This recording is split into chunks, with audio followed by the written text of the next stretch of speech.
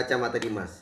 Halo Smart Investor, selamat datang di episode kedua YouTube channel Dimas yang akan membahas dampak resesi serta 5 hal yang harus kita lakukan pada saat resesi saat ini. Apa yang harus kita bahas? Saya masuk dari yang pertama. Kenapa resesi ini akan terjadi? Yang tadi saya bilang, resesi ini adalah di mana pertumbuhan ekonomi suatu negara selama 2 kuartal berturut-turut minus. Sepertinya di akhir kuartal 3, akhir September ini akan minus. Kenapa? Kan ditopang sebelah kanan saya, chartnya adalah salah satunya adalah PSBB total DKI Jakarta yang diberlakukan per 14 September. Karena apa? Bukan tanpa sebab. Kita lihat 58,55% pertumbuhan ekonomi di Indonesia dikontribusi oleh Pulau Jawa. Dari 58,55% tadi, 18%-nya dikontribusi oleh DKI Jakarta. Pada saat PSBB total atau rem darurat itu berimpact luar biasa terhadap pertumbuhan ekonomi Indonesia.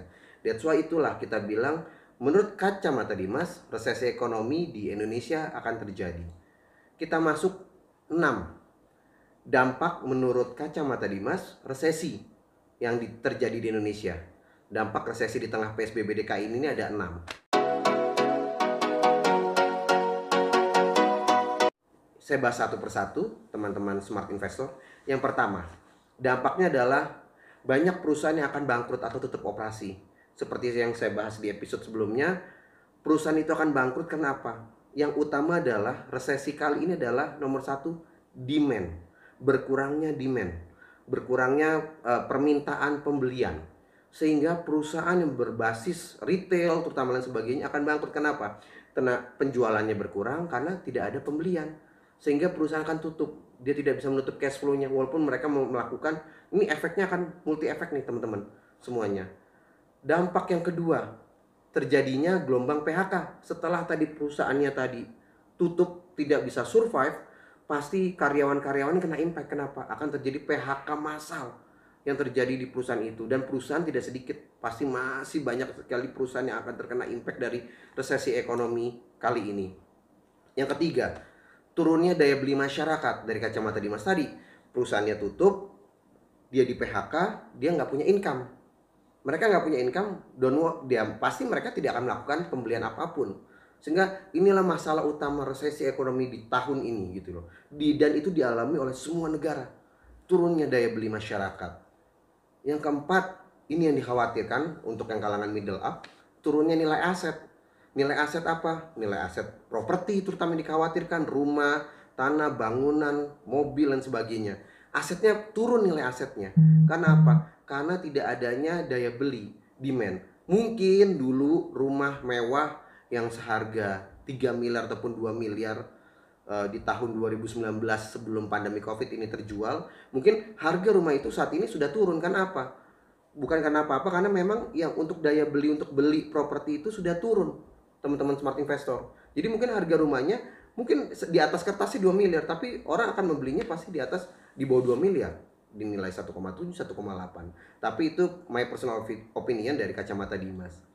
Yang kelima, kenaikannya angka kemiskinan. Saya nggak suka kata-kata kemiskinan sebetulnya, lebih suka kata-kata masyarakat prasejahtera. Angka masyarakat yang prasejahtera atau kemiskinan itu akan naikkan apa? Tadi pada saat income-nya nggak ada. Nah, masyarakat yang rata-rata masuk dalam prasejahtera, jarang yang mereka adalah fixed income earner atau karyawan atau karyawati. Mereka rata-rata wira swasta, berdagang dan sebagainya.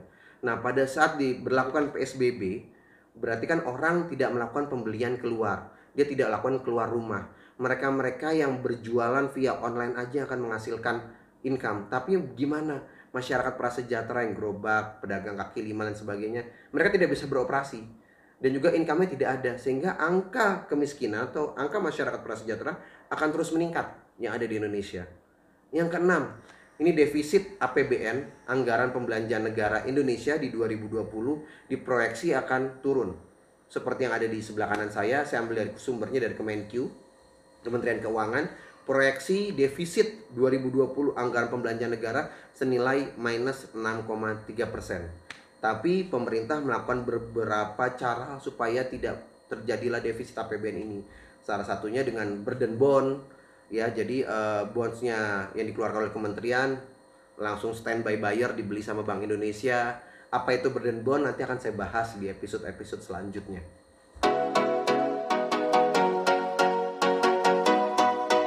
Oke, teman smart investor, tadi di awal kita udah bahas tentang 6 dampak dari resesi ekonomi yang terjadi di Indonesia. Saat ini yang orang tunggu dari kacamata Dimas, ada 5 hal yang harus dilakukan saat resesi ini terjadi. Khususnya buat kita semua termasuk saya sendiri. Yang pertama adalah lunasi hutang. Pada saat hutang kita tahu semua orang mungkin melakukan hutang ya, yang terjadi untuk beli mobil, beli rumah lah kata-katanya. Biasanya kalangan milenial beli rumah, beli mobil, semua melakukan sebisa mungkin untuk lunasi hutang. Karena kita nggak tahu di waktu yang akan datang seberapa besar income kita. Karena pada saat kita punya hutang kan pasti punya cicilan. Cicilan yang tetap ya, cicilan yang tetap dari biasanya lembaga perbankan atau lembaga keuangan non perbankan, lembaga finance, leasing dan sebagainya. Itu udah fix tuh. Teman-teman smart investor kan dapat cicilannya, misalkan 1 bulannya 5 juta, 6 juta. Tapi kita nggak tahu kemungkinan income kita ke depannya akan terjadi. Yang jadi karyawan PK, PHK, yang wira swasta usahanya nggak berjalan, sedangkan kewajiban untuk bayar hutangnya harus tetap berjalan. Jadi sebisa mungkin apabila kita ada uang saat ini, lunasi hutang-hutang itu segera. Itu yang pertama, hal yang harus kita lakukan pada saat resesi. Yang kedua, prepare untuk dana darurat. Kita tidak tahu, yang tadi saya bilang, resesi ini adalah inline sama kata-kata uncertainty, ketidakpastian. Pada saat resesi terjadi, ketidakpastian juga tinggi. Oleh sebab itu dana darurat juga harus dipersiapkan lebih tinggi. Contoh seperti saya punya 2 orang anak, biasanya keluarga kecil yang punya 2 orang anak yang usianya di bawah 10 tahun gitu ya, di bawah 10 tahun, kita harus siapkan dana darurat minimal adalah 12 kali dari pengeluaran bulanan biasanya. Example, misalkan pengeluaran bulanan kita biasanya adalah setiap bulannya ya, untuk bayar sekolah, bayar listrik, beli bahan pokok dan sebagainya. Misalkan contohnya adalah 5 juta. Kita harus prepare berapa? Berarti kita harus prepare adalah uang 60 juta. Berapa? 5 juta kali 12 kalinya kalau orang yang punya 2 orang anak. 12. Jadi kita harus prepare 60 juta. Itu untuk meminimalis adanya uncertainty akibat resesi ekonomi yang terjadi. Itu teman-teman smart investor dari kacamata Dimas. Yang ketiga, buat usaha sampingan. Nah, kalau kalian yang karyawan, that's why buatlah usaha sampingan. Itu pun terjadi buat saya pribadi yang saat ini kita coba melakukan YouTube ini. Semoga usaha sampingan ini berhasil. Karena apa? Kita kalau hanya bertumbuh kepada main bisnis kita saja yang karyawan, kita nggak tahu perusahaan itu kapan kekuatannya dia akan kolaps, liquidity-nya bertahan berapa lama untuk bayar gaji karyawan. Sama, kalau dari kacamata wira swasta, wira swasta dia di bidang apa usahanya? Kita bilang bisa bidang apa? Retail. Bidang retail kalau selama dia nggak berjalan lewat online, hanya pakai toko biasa, konservatif, orang lakukan PSBB nggak boleh keluar rumah, pasti usahanya juga akan mati. That's why kita harus prepare bikin usaha yang lainnya. Jadi pada saat usaha utama kita mati, kita masih ada income cadangan supaya bisa menutupi income yang awal, yang mainnya itu apabila hancur. Itu dari kacamata Dimas. Dan juga kita lihat lagi adalah kita ubah gaya hidup. Mungkin ini secara hierarki, secara normal sudah terjadi teman-teman smart investor. Pada saat kafe ditutup dan sebagainya, pastikan gaya hidup ini tidak disadari, khususnya untuk kalian-kalian yang tinggal di ibu kota, kalian-kalian yang tinggal di kota-kota besar.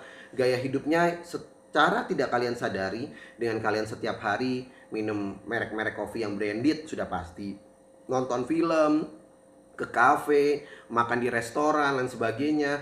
Itu nonton bioskop yang tadi saya bilang. Pada saat gaya hidup kalian turunin, bukan hanya dia gaya hidup sehari-hari, dan juga termasuk misalkan lifestyle simple. Seperti sekarang banyak sekali handphone yang mau nggak mau mereka harus launching. Memang dia launching tipe terbaru dan sebagainya. Biasanya kalian ikuti gaya hidup, rubah-rubah gaya-gaya. Si handphone ini misalkan keluar seri tertentu, kalian jual yang lama, beli yang baru, cicilan dan sebagainya. Tolong dirubah. Kita tetap pertahanin gaya hidup yang ada dengan normal, tapi tidak harus sesuai dengan income kita yang ada saat ini. Jadi tolong ubah gaya hidup kita yang ada. Dan juga yang terakhir adalah hal yang harus kita lakukan adalah mulai berinvestasi. Yang sudah investasi tetap jalankan investasinya, yang belum saat ini kita mulai investasi. Di episode selanjutnya saya akan bedah dengan detail semuanya adalah dari kacamata Dimas, investasi apa yang cocok di saat resesi ekonomi, di saat pandemi COVID-19 ini. Karena investasi merupakan kata kunci yang utama. Investasi di Indonesia banyak. Ada dua, investasi yang bodong apa yang nggak bodong. Dalam artian yang punya izin OJK dan juga yang tidak punya izin OJK. Gimana kita bisa lihat investasi yang punya izin dari OJK? Dan investasi apa? Instrumennya tuh banyak, teman-teman smart investor. Baik dari instrumen pasar modal, kita bicara bonds, kita bicara saham, kita bicara reksadana, kita bicara emas, kita bicara properti, currency, dan sebagainya. Dan juga produk-produk perbankan, giro, tabungan. Nah, oleh sebab itu di episode yang ketiga, nanti saya akan bahas dari kacamata Dimas, investasi apa yang menarik pada saat kondisi resesi ekonomi ini.